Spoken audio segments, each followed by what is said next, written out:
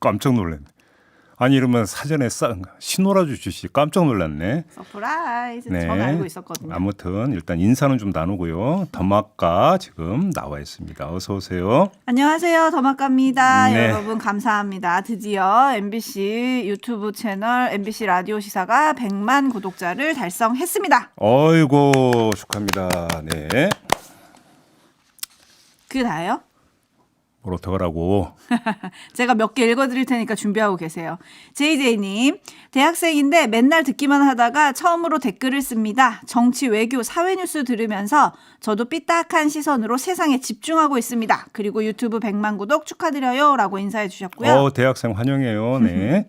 네, 그리고 산책의 즐거움님이 100만으로 시작하는 마봉춘 아침 굿모닝입니다 라고 인사해 주셨고요. 고맙습니다. 빨간 이슬이님은 아주 일찍 오셔가지고 시선 집중 현관 앞에서 문 열리기만을 시선 집중하면서 기다리고 있습니다 라고 해주셨고요. 하루일과님은 반갑습니다. 어젯밤에 100만 되는 거 보고 너무 기뻤습니다. 다들 그러시겠죠? 라고 해주셨고. 찐팬이시네. 그걸 지켜보고 계셨던 거네. 그러니까요. 예, 고맙습니다. 한우쇼님이 100만 돌파 축하드립니다. MBC 라디오 유튜브 영원하라 JB 더마카 파이팅입니다 라고 인사해 주셨고요. 네. 이미경님은 오늘도 시선 집중합니다. 시선 집중 덕분에 세간의 핫한 소식을 다양한 시선으로 보게 돼서 저의 시민의식이 쑥쑥 자라고 있습니다. 여러분들이 있으니까 100만이 달성이 된 거죠. 그렇죠? 네. 이 와중에 어쩔시공님은 JB의 전도가 효과가 컸습니다. 전도라고 하지 말라니까 좀 자꾸 전도. 전파? 홍보? 전파 좋다. 전파. 전파. 우린 네. 라디오니까 그죠? 그렇죠. 전파. 그리고 완타치님이 100만이면 더마카 얼굴 공개 아닙니까? 라고 해주셨는데 이렇게 오해하시는 분들이 정말 카메라 많으시더라고요. 잡아주세요. 카메라. 카메라 잡아주세요. 계약 위반이고요. 직장 같은 그럼 119에 신고할 도대체 거예요. 몇만 돼야 되는데 몇만. 저는 이런 공약을 한 적이 없어요. 여러분 이거 가짜 뉴스입니다. 자, 그리고 제이비 아직도 안 쓰셨어요?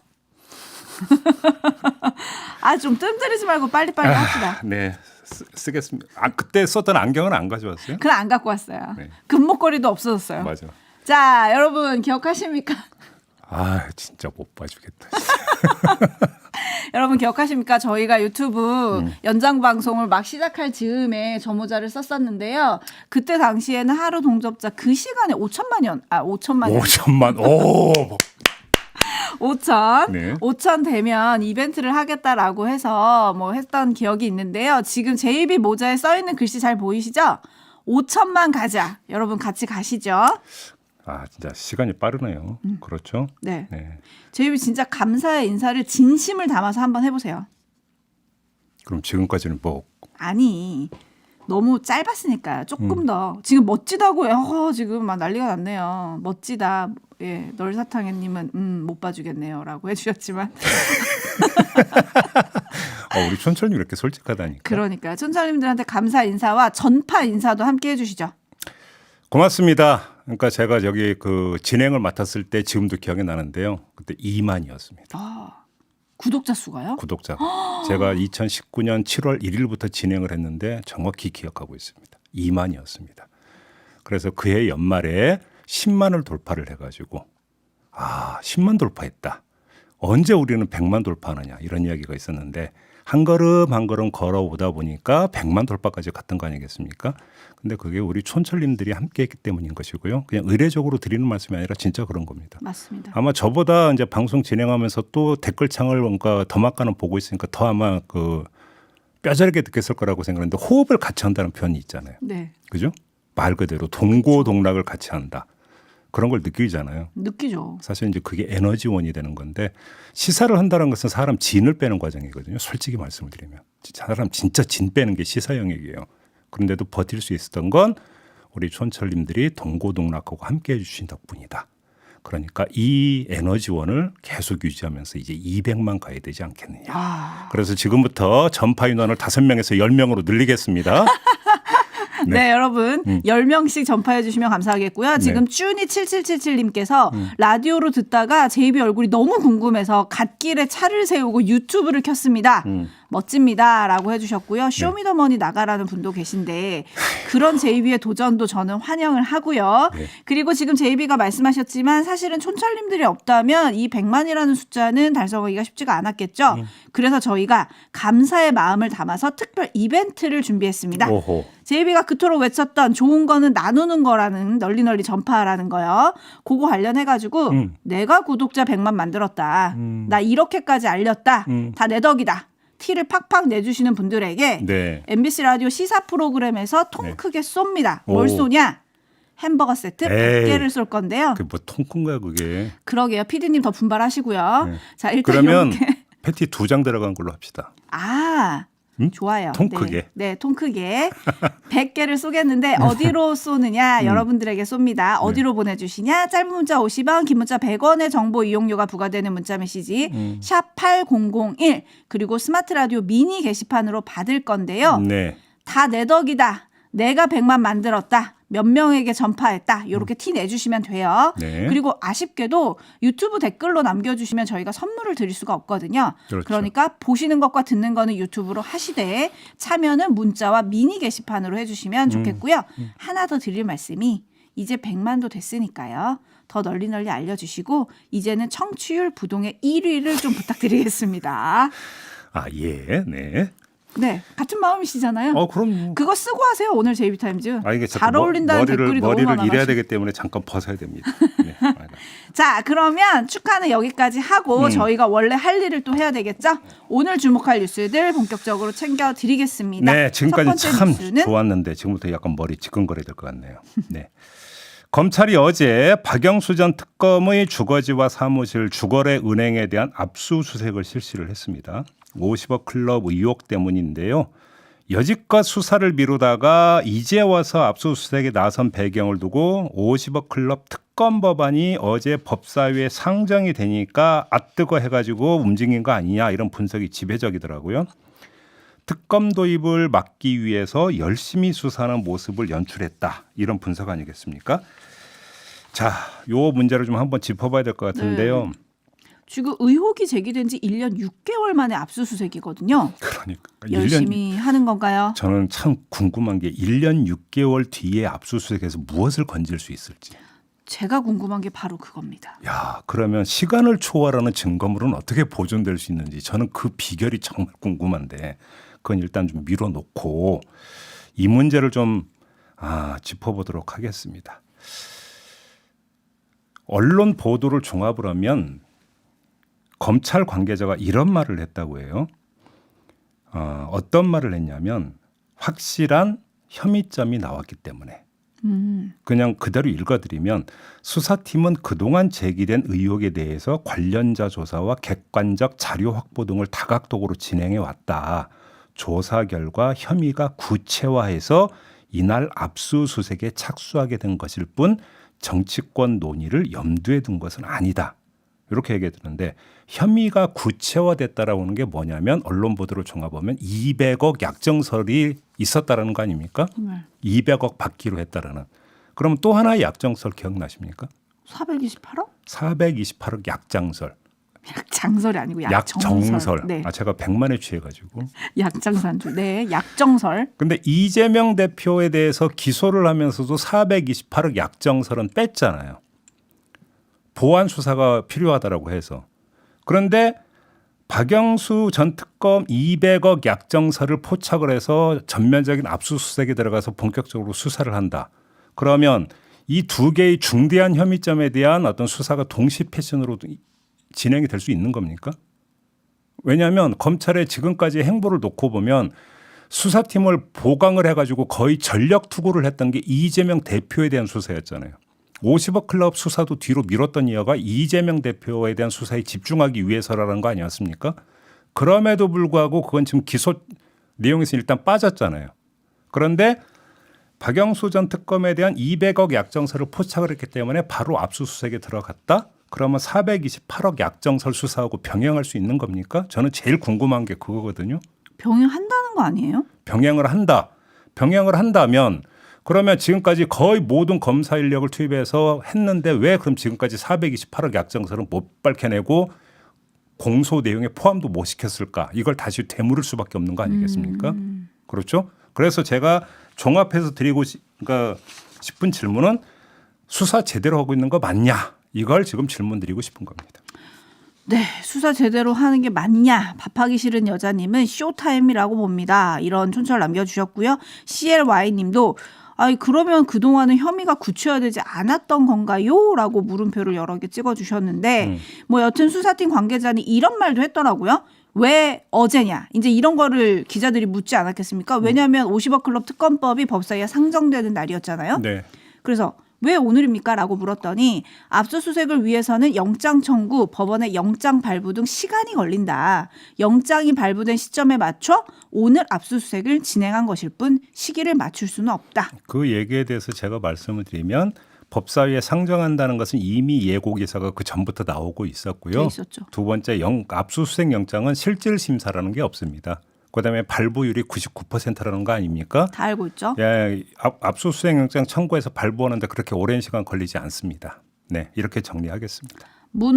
문봉철님께서 초청 압수수색 아니냐 뭐 이런 촌철 남겨주셨는데 어제 또 검찰이 엉뚱한 사람한테 영장을 내밀었던 일도 있었더라고요.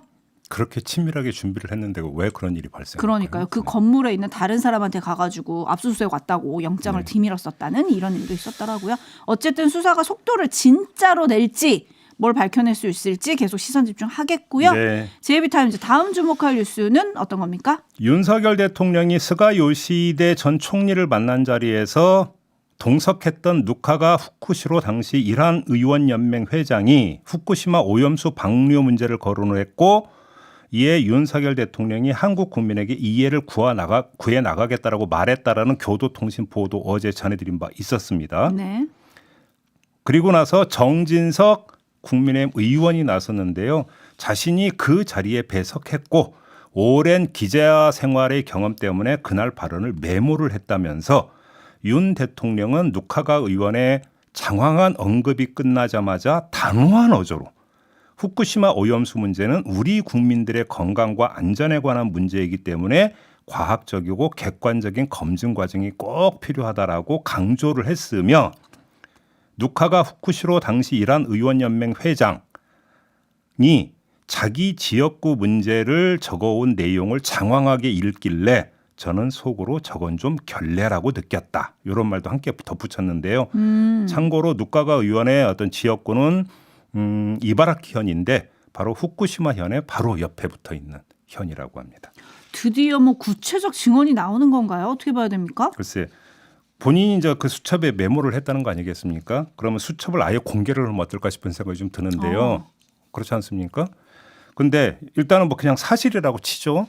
사실이라고 치면 더 중요한 문제 두 가지가 지금 여기서 도출이 되는데요. 첫째, 교도통신이 대한민국 대통령의 위신과 대한민국 국익에 반하는 보도를 한 셈이 되는 거 아닙니까? 정진석 의원의 주장에 따르면 허위 보도가 돼버리는 거 아니겠습니까? 따라서 교도통신이든 교도통신을 상대로 언론 플레이를 했던 일본의 정치인이든 정식으로 그리고 공식적으로 대응하는 게 마땅하지 않겠습니까? 근데 대통령실이 어제 어떻게 했습니까? 우리 기자들에게 그러니까 그 공지 돌렸죠. 우리 기자들한테 공지 돌리는 게 아니라 실명으로 공식적으로 나서가지고 사실이 아니라고 엄중하게 항의하고 유감을 표명하고 재발 방지 대책을 촉구하고 책임을 물으라고 요구를 해야 되는 거 아닙니까? 왜? 대통령의 위신과 대한민국의 국익이 걸린 문제이기 때문에 드리는 말씀입니다. 우리 기자들을 상대로 공지 돌리고 끝낼 문제가 아니라는 겁니다. 첫 번째가. 두 번째, 한 발 더 나아가서 이게 이제 누가 언론 플레이를 했는가의 문제가 있는데 만약에 누카가라고 한다면 누카가 의원이 만약에 했다고 한번 가정을 하면 어떻게 되는 겁니까? 근데 이 사람이 아니라 다른 사람이어도 마찬가지인데요. 결국은 윤석열 대통령을 정치적으로 이용한 것이다밖에 안 되는 거잖아요. 특정한 정치적 목적을 가지고 윤석열 대통령을 끌어들여서 정치적으로 뭔가 유리한 환경을 그 연출하기 위해서 허위 언론 플레이를 한 셈이 되는 거 아니겠습니까? 다른 사람도 아니고 대한민국 국가 원수를 상대로 그랬다면 이거는 대한민국의 국격과 연결되는 문제입니다.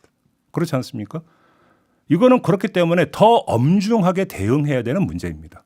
근데 왜 일본의 정치인과 일본의 언론을 향해서 공식적으로 그것도 엄중하게 대응을 안 하는지 저는 그걸 묻고 있는 겁니다. 어제 오전 대통령실이 기자단 문자 공지는 이런 내용이었습니다. 국민의 건강과 안전이 최우선이라는 정부 입장에 변함이 없다. 후쿠시마산 수산물이 국내로 들어올 일은 결코 없을 것. 뭐 결코라는 단어가 좀 눈에 띄긴 하는데요. 아니 어제도 말씀을 드렸는데요. 이건 앞으로 이렇게 하겠다라는 거고 그날 그 자리에서 무슨 일이 있었는지를 밝히라고 어제도 말씀을 드렸잖아요. 다른 얘기잖아요, 이거는. 그리고 정말로 그런 일이 없었다라면 조금 전에 말씀 제가 드린 대로 공식 대응을 하라고요. 공식 대응을. 네, 춘철님들 의견도 다 비슷하시네요. 도토리님 다른 말 필요 없고요. 그냥 일본 정부에 강력하게 항의하세요라고 해주셨습니다. 네. 제이비타임즈 다음 주목할 뉴스 어떤 건가요? 국민의힘의 하영재 의원 체포 동의안이 어제 가결됐습니다. 281표 가운데 찬성 160표, 반대 99표, 기권 22표 이렇게 가결이 됐는데요. 가결 후에 주호영 국민의힘 원내대표가 이런 말을 남겼는데요. 잠깐 들어보시죠. 대표님 이번 가결로 민주당 이재명 대표 사법 리스크를 좀 압박하는 데 영향을 어느 정도 끼칠 거라고 보십니까? 그건 뭐 제가 잘 판단하지 못하겠습니다. 다만 우리는 평소에 불체포 특권을 포기하겠다고 한 그 약속을 국민들께 지켰다고 그렇게 생각을 합니다. 그에 반해서 민주당은 대선 때도 그렇고 기회 있을 때마다 불체포 특권을 포기하겠다고 하고 지키지 않았다는 점을 국민들이 잘 보셨을 거라고 생각합니다. 네, 다시 또 이제 이 이야기가 따라붙고 있는 거 아니겠습니까? 관련해서 짧게 말씀을 드리겠는데요. 어제 이 표결에 참여했던 국민의힘 의원들이 도합 104명이었습니다. 104명 가운데 한 명은 하영재 의원 본인이었습니다. 그러니까 네. 본인이 체포동의안에 찬성표를 던질 리는 만무하지 않겠습니까? 그러면 그 뭐 당론 그 사실상의 당론이라고 그러니까 주장을 했으니까 103명이 모두 찬성표를 던졌다 하더라도 찬성표가 160표니까 다른 당에서 몇 명이 지금 찬성표를 던진 겁니까? 이렇게 돼버리면 무소속까지 포함을 해서 160 빼기 103하면 57이 남는 거죠. 57명의 비국민의힘 의원들이 찬성표를 던졌다. 그럼 이거의 절대 다수는 민주당 소속 의원들이라고 봐야 되는 거 아니겠습니까? 그렇겠죠. 그러면 이재명 대표 체포동의안 표결 때 다 찬성, 무효, 기권을 다 끌어모아도 35표인가 그랬죠. 37표인가요? 5표인가요? 근데 이거보다 더 많았다라는 거잖아요. 어제 표결 결과만 놓고 본다면. 그러면 이걸 어떻게 이해를 해야 될 것이냐의 문제입니다. 그러니까 간단한 이해법이 있습니다. 이재명 대표의 경우는 정치 탄압이었고 하영재 의원의 경우에는 부패 건이니까 사안이 다르기 때문에 찬성할 수 있었다. 이런 논리가 성립이 되겠죠. 그렇죠? 그러면 노웅래 의원의 건은 어떻게 봐야 되는 겁니까? 그렇게 된다면. 이거에 대한 설명이 필요한 거 아니겠습니까? 민주당? 네. 그리고 또 이제 또 주목도는 그래서 앞으로는 어떻게 할 거냐. 이것도 좀 많은 질문들이 나오고 있던데요. 이 내용은 잠시 후 진성준 원내수석 부대표에게 한번 들어볼까요? 그러시죠. 제이비타임즈 다음 주목할 뉴스는 어떤 겁니까? 시간이 없기 때문에 짧게만 전해드려야 될 것 같은데요. 전두환 씨의 손자 전우원 씨가 광주에 갔습니다. 네. 그래서 오늘 5.18 광주 묘역도 이제 그 방문할 예정이라고 하고 할아버지를 대신해서 사죄한다 이런 입장을 좀 표명을 했는데요. 관련해서 짧게 한 말씀 드릴 게 있습니다. 그러니까 사실 광주 학살은 자신이 태어나기도 전에 자행된 일이고 자신과는 아무 상관이 없는데도 저런 태도를 보이는 것 저는 용기라고 생각하고 평가를 해야 된다고 생각합니다. 하지만 다만 한 가지 분명히 해야 될 게 있다. 대신 사과한다라는 말은 하지 말라. 이런 말씀을 좀 드리고 싶은 건데요. 왜 그러냐면 사과는 당사자의 내면에서 우러나오는 자발적이고 양심적인 목소리이기 때문에 누가 대신해서 할 수 있는 성질의 문제가 아니다. 대신 사과라고 하는 것 성립이 되지 않는다는 겁니다. 하지만 아쉽게도 전두환 씨는 이미 사망을 했기 때문에 본래적 의미에서의 사과라고 하는 것은 성립이 되지가 않는 것이고 따라서 누가 대신 사과한다고 해서 퉁치고 넘어갈 수 있는 성질의 문제는 아니기 때문에 그냥 한 개인으로서 그거에 대해서 어떤 그 자신의 마음을 표하는 것은 충분히 존중할 여지가 있지만 할아버지 대신 사과를 한다라고 하는 표현은 그렇게 적절한 표현 같지는 않다. 이런 말씀만 드리겠습니다. 자, 이렇게 마무리할까요? 네, 더마카 수고하셨습니다. 고맙습니다.